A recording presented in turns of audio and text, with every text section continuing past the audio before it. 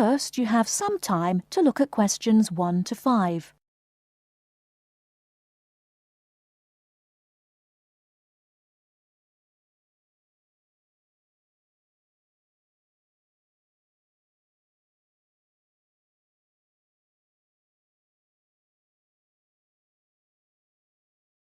Now we shall begin. You should answer the questions as you listen, because you will not hear the recording a second time. Listen carefully and answer questions 1 to 5. Kingsbury College, can I help you? Oh, hello. I'm ringing to find out about one of your courses. Yes. Is that a daytime or an evening course? Evening. Right. I'll just get a few details from you, if I may. Fine. Could I have your full name, first of all? It's Peter Wright. That's W-R-I-G-H-T. OK. And I don't need to know your exact age, but can you tell me which of these age groups you belong to? 18 to 25, 26 to 35, 36 to 45, or over 45? 18 to 25. Fine. And do you have a job, or are you a full-time student? I'm an accountant. I just do courses in my spare time for interest. OK. Right. And your address, Mr. Wright? It's 11 Forest Road. Forest? Yes. Is that in Kingsbury? Yes, it is. I'm just down the road here. And do you have a phone number? It's 992471. That's my home number. I haven't got a work number. That's fine. We probably won't need it. Before you hear the rest of the conversation, you have some time to look at questions 6 to 10.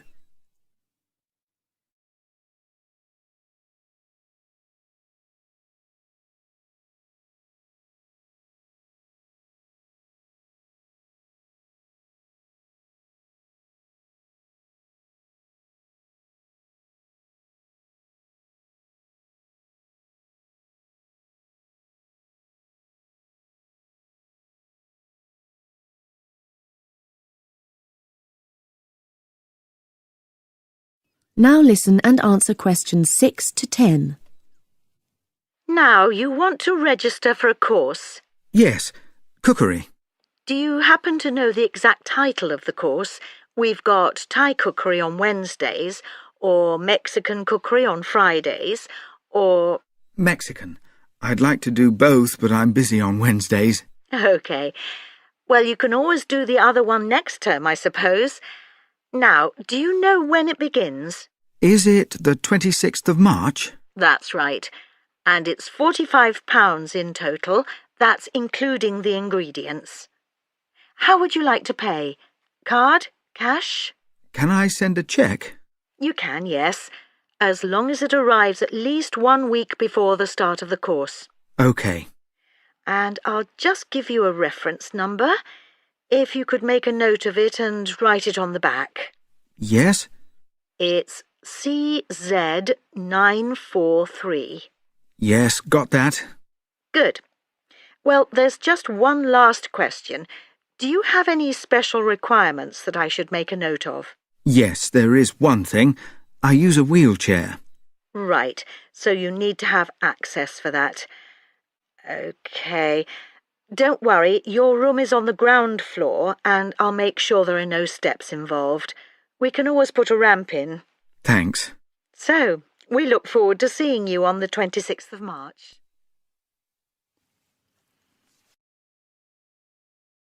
That is the end of part 1. You now have half a minute to check your answers.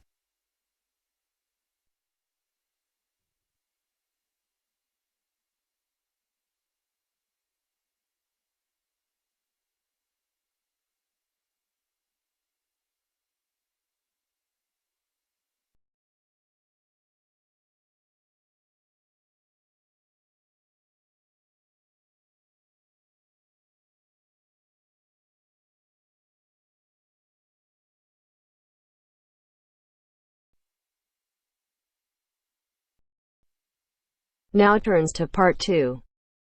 Part 2. Listen to the guided tour commentary and answer questions 11 to 20. You now have some time to read questions 11 to 20 first.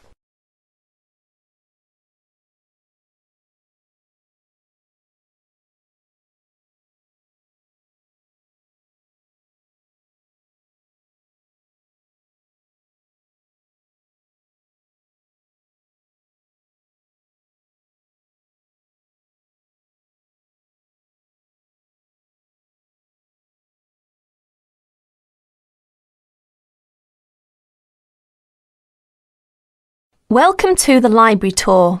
We'll begin our tour of this level of the library here at the entrance. Then we'll go in a clockwise direction. So, first of all, over here on the left, next to the entrance, is a touchscreen information service. These computers can be used at any time to get general information about the library and how it works. In front of the touchscreen information service are the catalogues. As you can see, it's a computerised catalogue system and it's very easy to use. The catalogues are linked up to the other libraries at the university, so make sure you check which library a book is in when you are trying to locate a particular item. Next, along here on the left, we have the circulation desk for borrowing and returning books. The returns area, the place for returned books and other items, is at the end of the circulation desk, near closed reserve. Closed reserve, as most of you probably know, is a collection of books that are in high demand, so they are on restricted circulation. If a book is on closed reserve, you can only borrow it to use within the library for 3 hours at a time. Over there in the corner are the shelves for newspapers. The library has an extensive collection of local and international English language newspapers. They are kept on those shelves for 1 month and then stored elsewhere. As we continue on our tour, around to the right, this large central section is the reference section. Reference texts cannot be borrowed for use outside the library. They must be used within the library. All these shelves in the centre of this level are the reference section. Now, the stairs here on the left lead to level 2 only. On level 2 are most of the law books. To go up to the other levels of the library, you have to use a lift. Beside the stairs are the restrooms for this floor. Now, as we walk around this corner to the right, this large room on the left is the Audio-Visual Resource Centre. You can come here if you wish to listen to a tape or watch one of the library's videos. Next to the Audio-Visual Resource Centre is the photocopying room. There are 15 copiers for student use, and we've recently added a colour copier. The system for copying uses cards, not coins. You can buy a photocopy card from the technician in charge of the photocopying room or from the information desk if he isn't here at the time. On our right, these work tables are for student use, especially for small groups to work together, or you and your colleagues can use the conference room, which is that small room there next to the lockers. You can work on group projects in the conference room without disturbing anyone, and there's a conference room on each level of the library. The round desk in front of the lockers is the information desk. If you need help using the catalogues or you need to organise a loan from another library, the information desk is the place to come. And finally, here, beside the exit doors, these 2 shelves contain current magazines and journals. Like the newspapers, they are kept here for a time and then stored elsewhere. OK, that's the end of the tour of this level of the library. I'll leave you to look around yourselves now, and if you need any further help, please ask at the information desk. That is the end of Part 2. You now have half a minute to check your answers.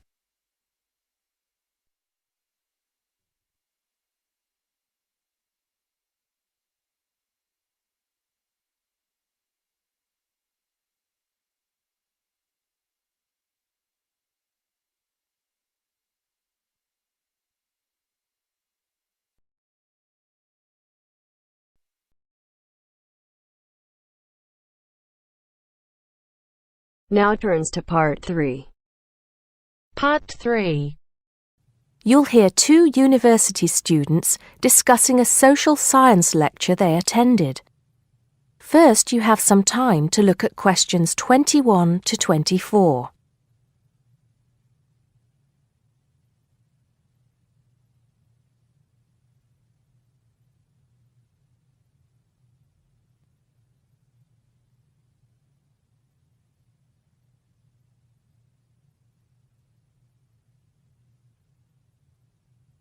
Now listen carefully and answer questions 21 to 24. Did you go to the first social science lecture yesterday? Yeah. Didn't you see me there? No. I was trying so hard to understand the lecturer. What didn't you understand? A lot of it, really.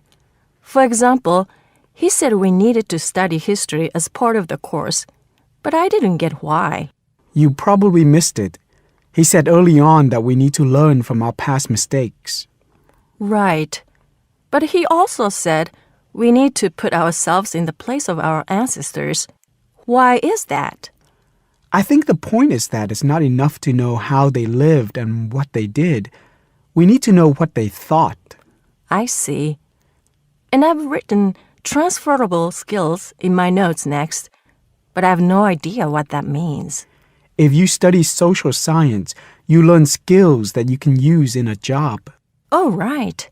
Is that all? Okay, but why is that? The point he made was that in studying social science, you use a flexible and adaptable approach to learning. Before you hear the rest of the conversation, you have some time to look at questions 25 to 30.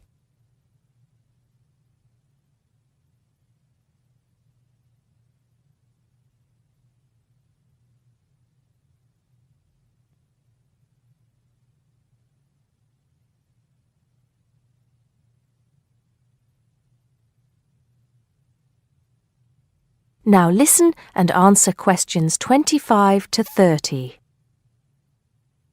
He also kept mentioning all the other subjects we will need to study as part of the course. I didn't write them all down, did you? Some of them. I think I can make sense of my notes.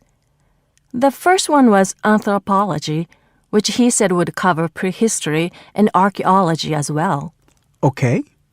Then there's economics. I wrote down that this was not meant to mean that we will spend all our time looking at economic theory, but more that we need to see how humans behave. That's good. I don't think I could handle economic theory. He said something about education too, didn't he? Yeah. He said we'll be looking at how cultural information is handed down from one generation to the next through teaching children. He said we'd be focusing on geography too, but I can't really remember which aspects. Can you? I noted it down, I think. Here we are, yes, particularly in relation to urban planning. It's law that I got confused about. I didn't understand why he linked that to economics. I think he meant that laws affect the way wealth is distributed. That makes sense. Now, what are the science wars? Okay, I did get that.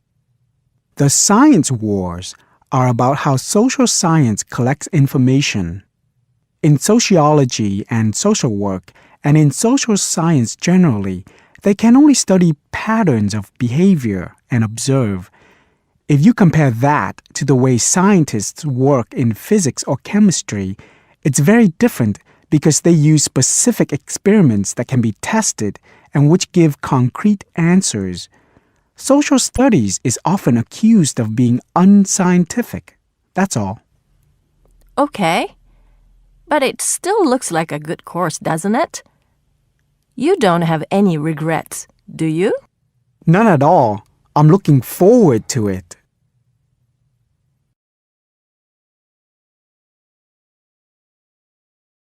That is the end of part 3. You now have half a minute to check your answers.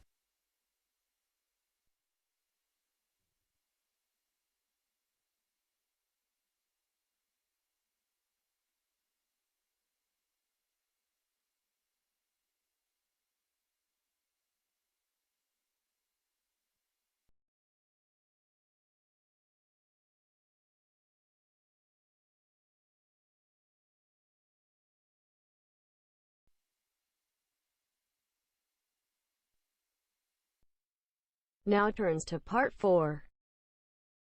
Part 4. I'd like to talk about the changes to our leisure time, and I'll start by talking about lifestyle changes over recent years for women. First, you have some time to look at questions 31 to 40.